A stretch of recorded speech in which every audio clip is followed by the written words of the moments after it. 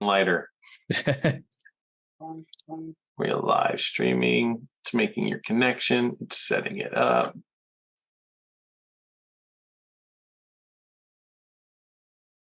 Allow recording. Hello, ServiceMonster page people. I am going to share this with, so I'll share now with my main page, but I'll also share more options to a group. ServiceMonster User Group, SMUG Live, post, and now we are everywhere. All right. Hello, SMUG people. Hello, everyone. Welcome back to another month in the year 2023. Holy cats, we are 6 months in now to the year. So we're only halfway there to 2024, Adam. I know. That's insanity, man. I don't even remember. Last thing I know, I woke up and it was 2019. Like today it's 2023. So what are we talking about today? Yeah, well, first off, most importantly, I've got a birthday coming up. So if you guys want to shower me with no, I'm at that point where birthdays send all feature requests to. I don't know. Is that man? I don't know. They're wrapped in something nice. I guess I don't. No. Let's be careful here. Only I can make jokes about being bribed for feature requests. Oh man.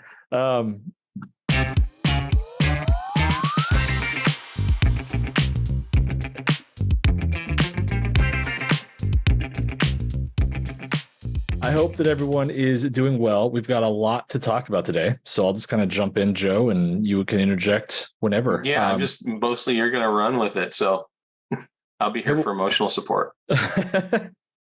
We had multiple releases in June, 3 of them actually, and 6, 13, 14, and 15.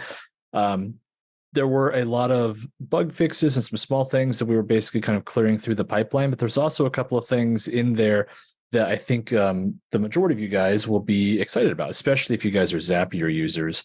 The first thing was we updated a couple of things related to the site page. So if you're on a site within I guess I can just screen share this, probably the easiest way to do this.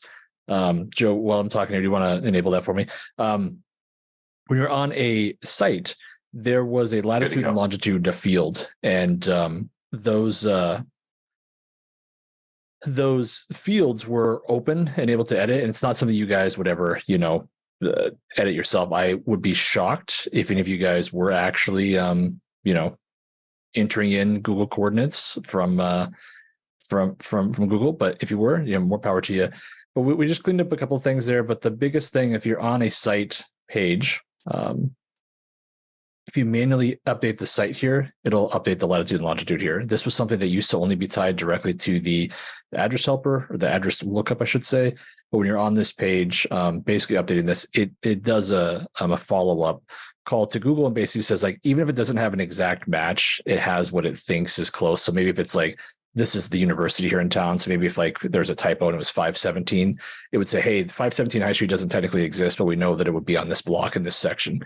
And so you can get those coordinates, you can see it on the map. And so then if you need to make slight tweaks, you can, but at least it basically fills in that hole so you guys don't have kind of that glaring, like, hey, this is a new subdivision, Google's not pulling it in, and now my map doesn't show, that kind of thing. So overall, it's a small change for you guys directly, but it's a pretty big thing in terms of those addresses that weren't showing up. So that's item number one.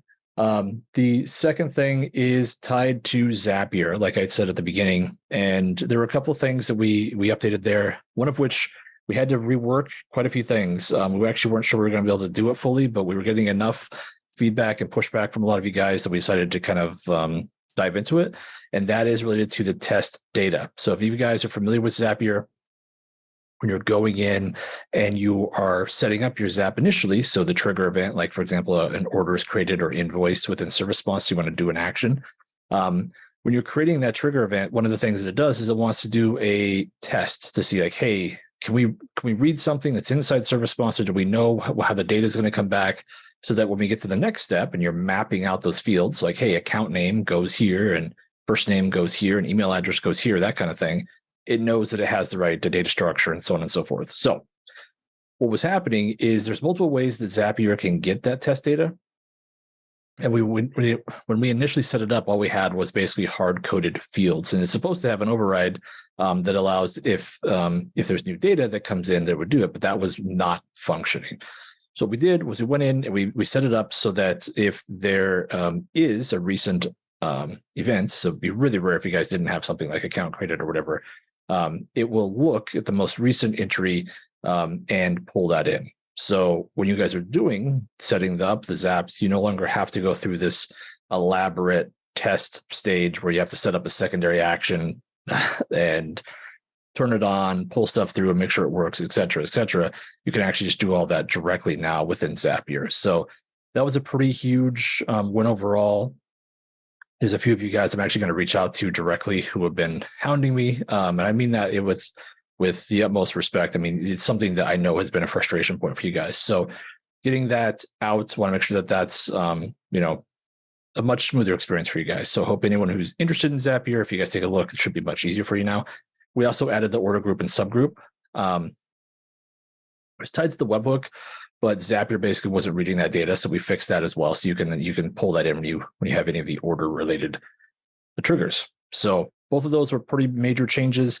We also had a recent release this week. This is tied to some back-end stuff. Tried to keep it as generic as I could. So, if anyone who is interested in that stuff, but it's basically just an update on AWS is in, and there's some bug fixes there as well. So basically every week or so we had a release go out this month. And then with all of that out of the way now, all those bug fixes and small things we wanted to clean out of the pipeline, we're now fully kind of working on the 6.7 release, which is month view and FMS, self-help, custom fronts, etc.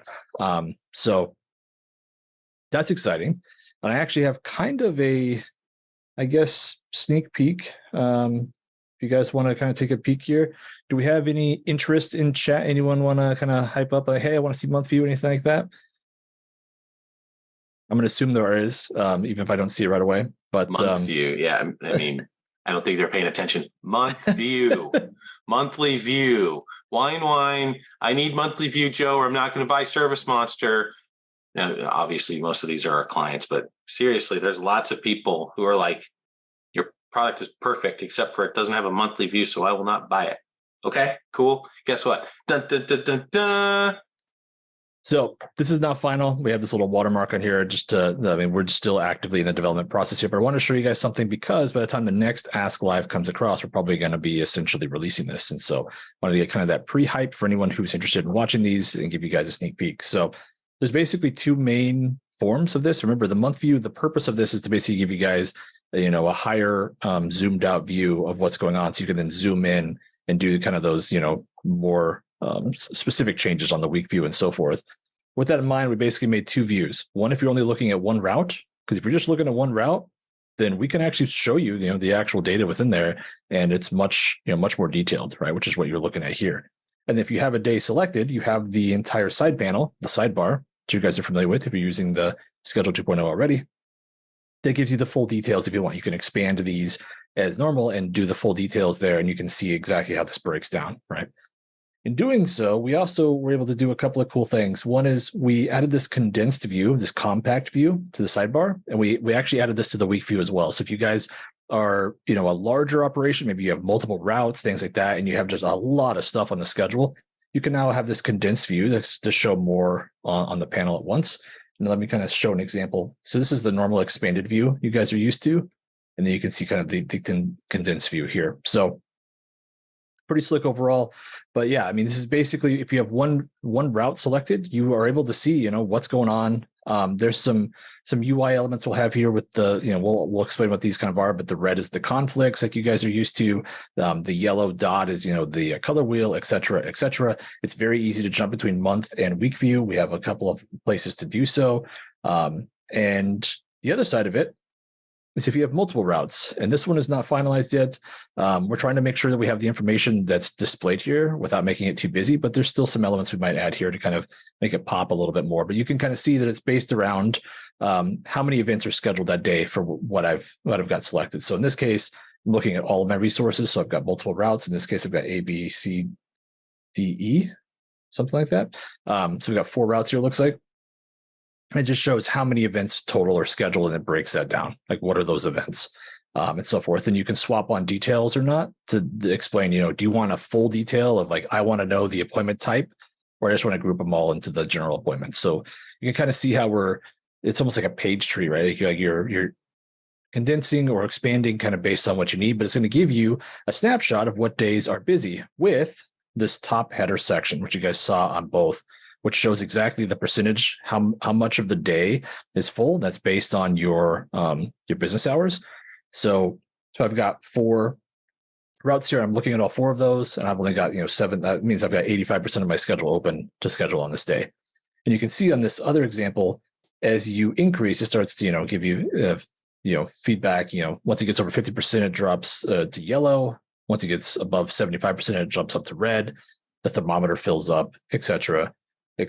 So that's kind of the general idea. Like I said, there's still definitely some things we're working on here. There are some cool settings that are tied to this as well. And like I said, it's really easy to snap between month and week view, because that's really the main thing we wanted to have focused is that you could really easily jump between the two and not lose your progress. So some really cool stuff. Really excited with how the sidebar turned out.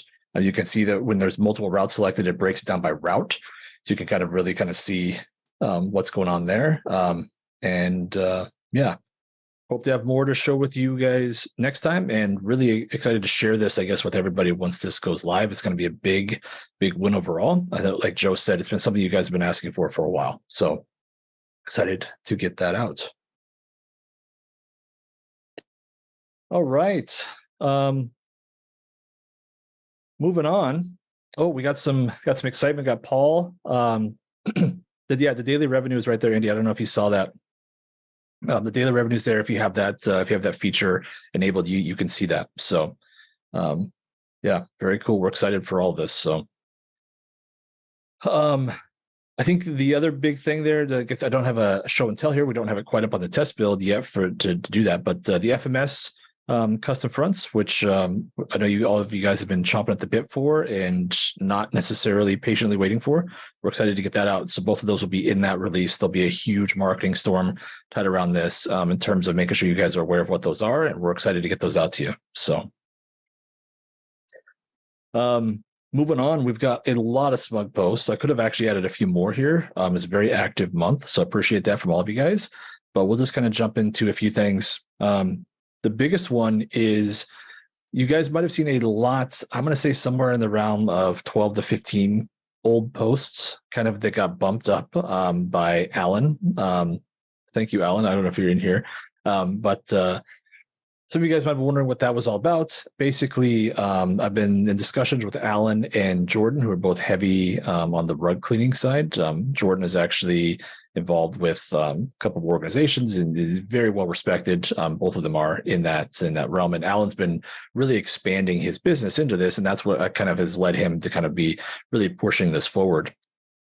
And we have all this documented, but we had a meeting last week kind of going into some things there. And so that's just sort of looking into some potential improvements in the in-shop rug cleaning kind of project tracking, how that works, and just kind of going over kind of the condensing all of these views we've had in the timeline for a while, and had a really great productive meeting with them. Thank you guys for that. And there'll be more coming along those lines. But that's kind of what was going on there.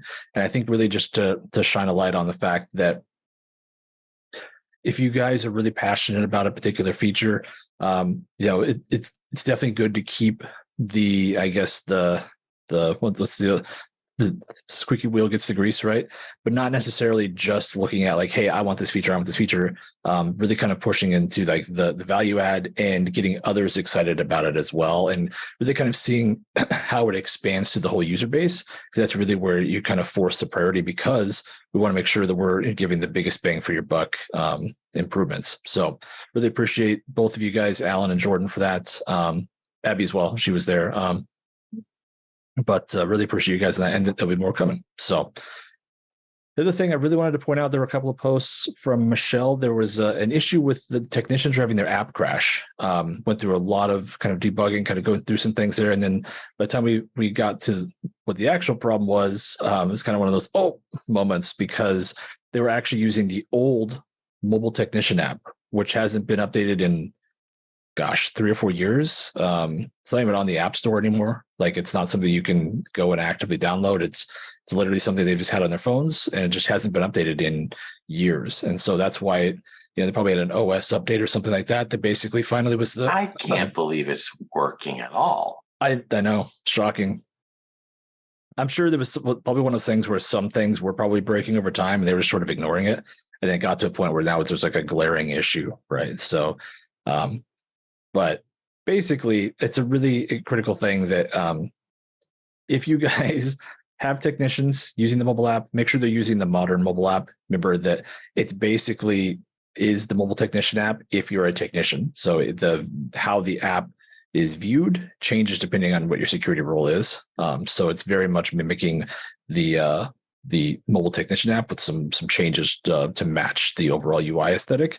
But this is one of those things to really kind of point out. And it's also, it seems really silly sometimes when support or QA asks really specific questions. And that's why it's one of those things, like really trying to confirm the mobile app version, things like that. It's not because we're trying to be annoying and asking like what seems like really obvious questions. It's because especially when you're playing telephone with multiple parties, those little things can get lost, and it could be really a simple thing overall. So yeah, moving on. We've got the best clients, though. They know that. Yeah, absolutely. You guys are all great. The next one I thought was an interesting kind of discussion. There were a lot of people that hopped in on this. Joel asked a question about, hey, is anyone happy to share an answering service that doesn't suck? And there were a lot of people who chimed in, kind of trying to figure out, location. And there were a lot of situations where it's like, hey, a lot of these, I don't want to say they suck in that sense, but their customer service is kind of lacking, that they treat it more as like a numbers game, right? Where you're just a number to them, and that it can cause a lot of problems down the road. And even if you're trying to stay, for example, I think the situation here was trying to have someone who was able to answer 24/7, right? So that the phones weren't necessarily always going to Joel after hours. Sorry, this is my voice here. But they could still be answering calls late in the night, or early in the morning, et cetera, et cetera. And Joe, this is something that's come up for a while. Do you have any kind of, I guess, advice or kind of any things that you'd like to share over the years of places that you found have worked and things that haven't, or kind of some of our story with some of the things we tried to do to help fill this gap and so on? You're going to get me in trouble. Well, I can jump in if it gets too bad. You don't have to go too far down the rabbit hole. No, you'd look. Are there places where you can get your phone answered? Yes. Do those places help you build a business? Varying degrees on a scale of yes. Even if they're not perfect in general, I'm not even talking about the harsh criticism that business owners give to call centers that's unrighteously done. I'm talking about just a base level of service. You can get okay service, and it will be better than, you as a single owner operator answering the phone while the truck mount or the pressure washer is running. Are there awesome call center companies, after hours notwithstanding, that are inexpensive? No. Do they cost less than hiring an employee? Yes. Are there any awesome ones that cost reasonable? No. There are adequate ones that'll get you through the time. Now, we used to run one called Super Agents, and you guys really loved it, and you hate it when we shut it down, but it was an HR issue for us. Now, this is the inner sanctum, right? I mean, SMUG is like the family. The only people who watch this are diehard fan people. So I can say this, and you guys can help me do due diligence on it, because I'm not 100% sure yet. But given the fact that we're 100% remote now, and that our nexus is taken care of, which means we can hire from anywhere, I'm wondering if the HR issue can't be resolved, which is the reason why we shut it down. We charged a decent amount because we wanted to provide an excellent service, and we did not have after hours, but we know ServiceMonster, and we did a lot of the back end process and office stuff for you guys. So it's an idea. We were making money on that product. Again, it was just the HR nightmare. Do I want to get into that mess again? And or will it be made better by the fact that I've got a larger employment pool? That's what's kicking around in my head right now. Because I can't even tell you, I can't give you a single call center that I would say, you know what, they're good enough for now while you get you through it. Your experience may vary. This is what the feedback that I get is. So, and most of them just come and go and come and go. I would say that the longest one standing that provides the most consistent results, which is adequate while you're trying to build somebody, there's two of them. The first one is Paperclip. If they're still around. I haven't really checked on that for a while, but they've always been good. So if they've grown too much and now they're not good, my apologies. My information is a little outdated on that. And then the other one, who provides more of a larger base, so they're not cleaning specific. They do like HVAC, electrical, and plumbing, and there's a lot of money on that side of the market, as I've lamented on before as a business owner. So they have kind of backed away from the cleaning space, is Pink Collars, and they do an adequate job as well. I say both of those services provide a same level of service, and I might rate that a 4-star. Now, that's a 4-star compared to what I think they should be providing you, not what you guys think they should do. If you haven't used call centers before, you have unrealistic expectations in your head as far as what they do for you and what they can do for you. Yes, you're an awesome salesperson. No, it's unlikely that they'll read your sales script to close jobs. So you might not be happy if you want the control of an employee. But even then, let's be real. If you're a single owner operator, well, how much control over the employee working at home while you're out in the field do you have? So, all right, Adam, reel this back in, man, or I'm just going to keep going. Yeah, no, I think you touched on a lot of the big points there. I think the really interesting thing about Pink Collars, especially, which is also how Super Agents was modeled, right, is that it's less of a general call center where there's multiple people who are answering phones for the same company. You essentially have someone who's assigned to you. And so you build a relationship up with them. They learn more about your company specifics. You have opportunities to have training things. But like Joe said, they're never going to be you answering the phone. I think that's one of the hardest things to let go on either side, right? On the technician side or answering the phone, especially when you're going through what we talked about Hell's Valley, right? When you're really trying to build up to hire that first employee or second employee and build up your business. It's like there's some control you have to give up there, and it's a scary experience, right? There's definitely things you can put into play in terms of monitoring, making sure they're growing over time, making sure you have standards that are being met, right? But it's never going to be you and the 30 years of experience you might have coming into their home and being able to answer every little nuance questions. So that's where I think the breakdown can often come. There are intermediary tools that are sales oriented. We have a couple of users who have really pushed on the call center front their responsibility integration, because what they built their responsibility page to be built basically for a client, right? So they can also have their call center run through that basically and just ask the questions, like reading off that form. So there's lots of little nuanced things you guys can do there. I think it's a fascinating discussion. It's obviously something that a lot of you guys have to deal with. So I hope that this was, I guess, useful on some front, if not here, but also the discussion that Joel had. We always like to point out those collaborative posts. I think it's one of the best things. Joe's talked about it ad nauseum. I've talked about it ad nauseum. There's a lot of very intelligent business owners, operation managers, et cetera, who are in this group, and it'd be a waste to not, kind of utilize that knowledge base. So moving on, this is a little bit more simple, straightforward one. Phil had a question that was asking about when they have an estimate, basically when they get decided on what the estimate's going to be, they make a copy so they can maintain what that initial full estimate was, and then they basically void that one, which is a very common thing that our users do to basically maintain that initial estimate and then move forward with the work order.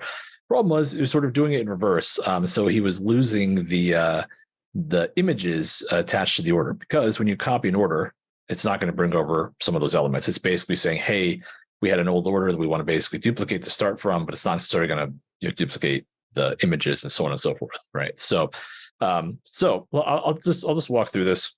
Pretty simple. Make sure I'm sharing the right screen here. When you're on an order, let's jump back in here to this work order. There's this copy button, right? So you can hit the copy button. So you can kind of assume. Let me go into estimate status here. Let's just go through this like we're in the full workflow. So we got this base carpet cleaning, 650 square feet. We're going to go through that. They've accepted this. Maybe I'll just throw a secondary line item on here so we can really kind of be, they've got an area rug they want to potentially clean. And they decided not, it's probably not accurate. They decided not to move forward with that particular one, right? So what you can do is you want to keep this as your primary, because this is what's going to have all the images attached to it, right? So you can hit the copy button. It's going to make a new work order over here. We can just void this one out.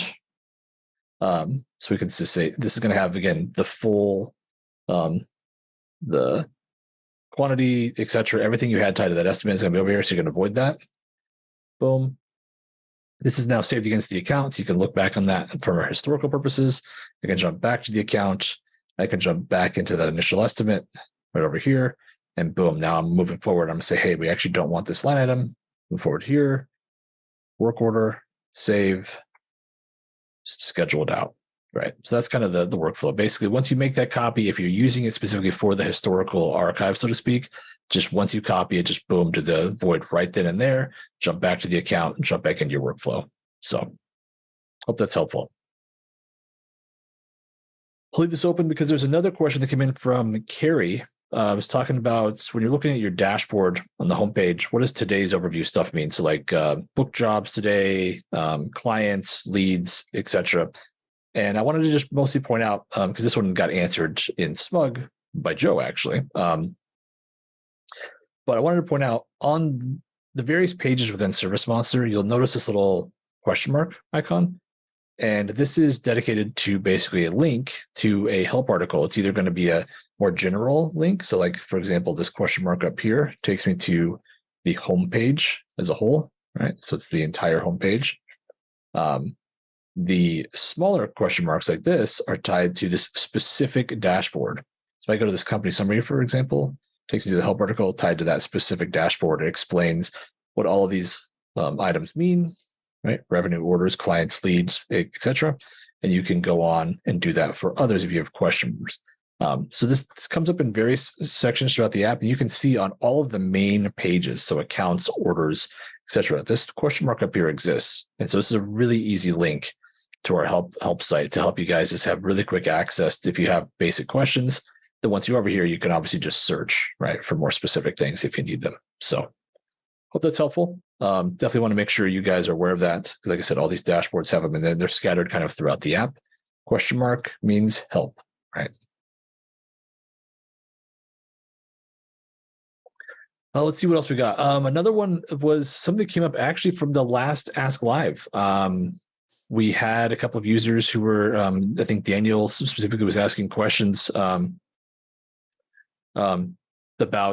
Responsibid, because we had done a Ask Live event for Responsibid, and Daniel reached out into SMUG, see if there's anyone who would be willing to help, as far as who's a heavy Responsibid user.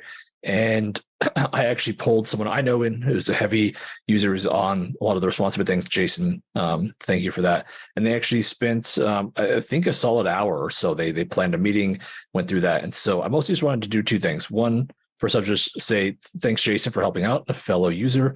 But two, also just that, again, this is a collaborative space. And if, all of you guys are busy, business owners are some of the busiest people I know, especially in the service industry, right? You guys are doing and maintaining a lot of things.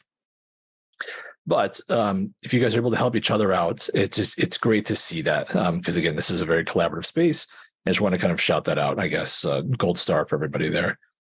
I think Carrie had, he said that the question he had actually wasn't specifically for the dashboard on the homepage, was for someplace else.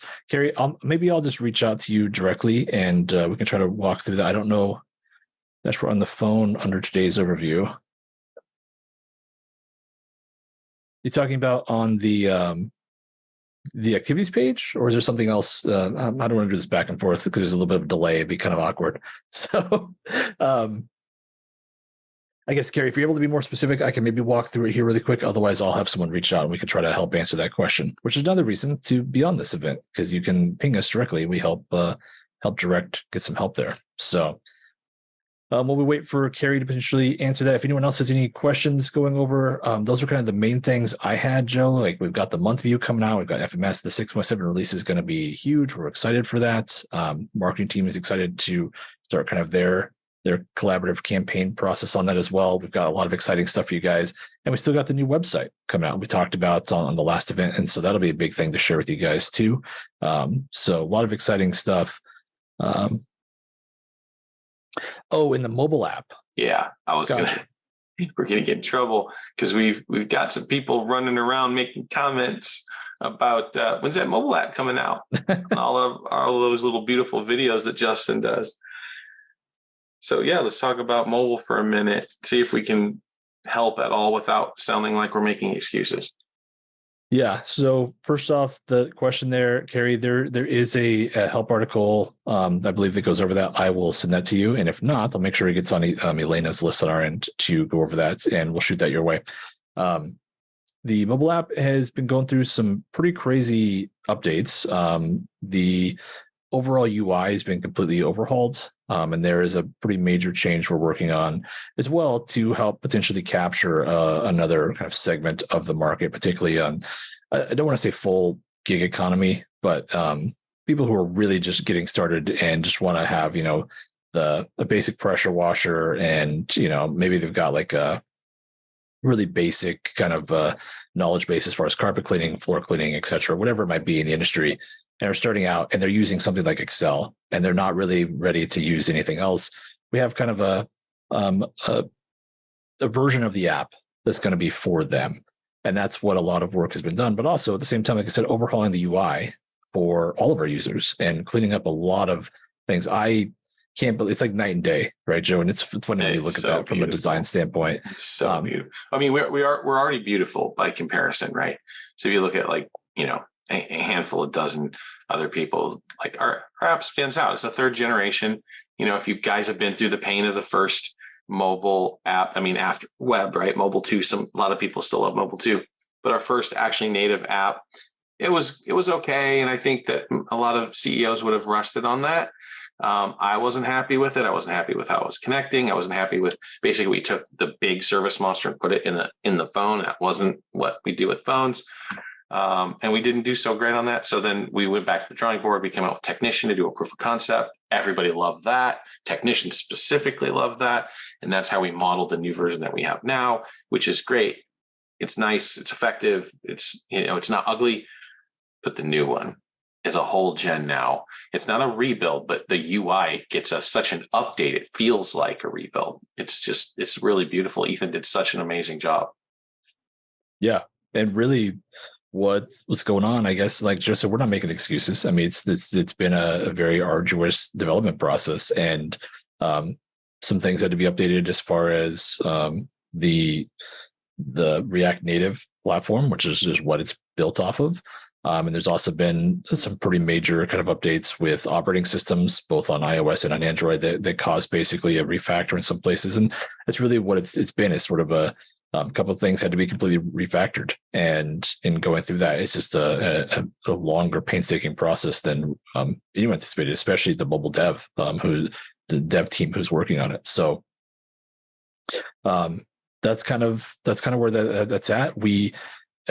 It's one of the main things that I don't want to say keeps me up, but it's one of the main things that every day, like, I'm focused on, like talking with the mobile team and Joe as well. And so we're doing everything we can to push that forward and get that ready, but we don't have a dedicated release date yet. And so focusing on 6.7, getting a couple of those things patched up, and there are a ton of things coming right off the back of that as well. I would say the next 3 to 6 months, like by the time this year is over, there's going to be a lot of, I think, wish list items that are going to be out, and yeah, so excited for all of that. Happy to have all of you guys here as well. And it's funny because I don't want to sit here and talk to you guys about delayed timelines and things like that, but we always try to stay honest with you guys. So that's kind of the main thing, is being as transparent as we can. So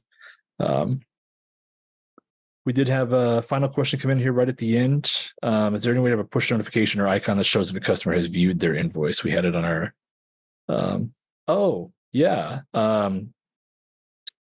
so yes, the answer is yes. Yeah, the answer it's funny, the answer to a lot of things is potentially yes. I'm curious if they're talking about the online payment link or if they're talking about like just sending an email. But the answer to both of those is yes. There's some pretty big overhaul that's in the pipeline tied to communication in general. So your email communication, et cetera. And also if that's something that's tied to the online payment link, that's also something we could add. We have that on the order approval, for example, right? You can tell when they've viewed, accepted, declined, et cetera. So answer to both of those is yes, Nicholas. I will make sure that your comment specifically gets added as far as the feature request goes. So appreciate that. But yeah, I think that's all I've got, Joe. Is there anything you want to add on here at the end? No, it's we appreciate you. We're moving into summertime. It's pretty nice. I think we've got a lot of good things coming out. We're going to start hitting you with some release stuff that'll be very beneficial to your business. Absolutely. That'll do it, guys. Thank you so much for your attention. Thank you for hanging around and your questions and your enthusiasm. Keep it up, and please continue to participate and help each other. We love that. Like Adam said, until next time, be safe. See ya. Thanks so much, guys.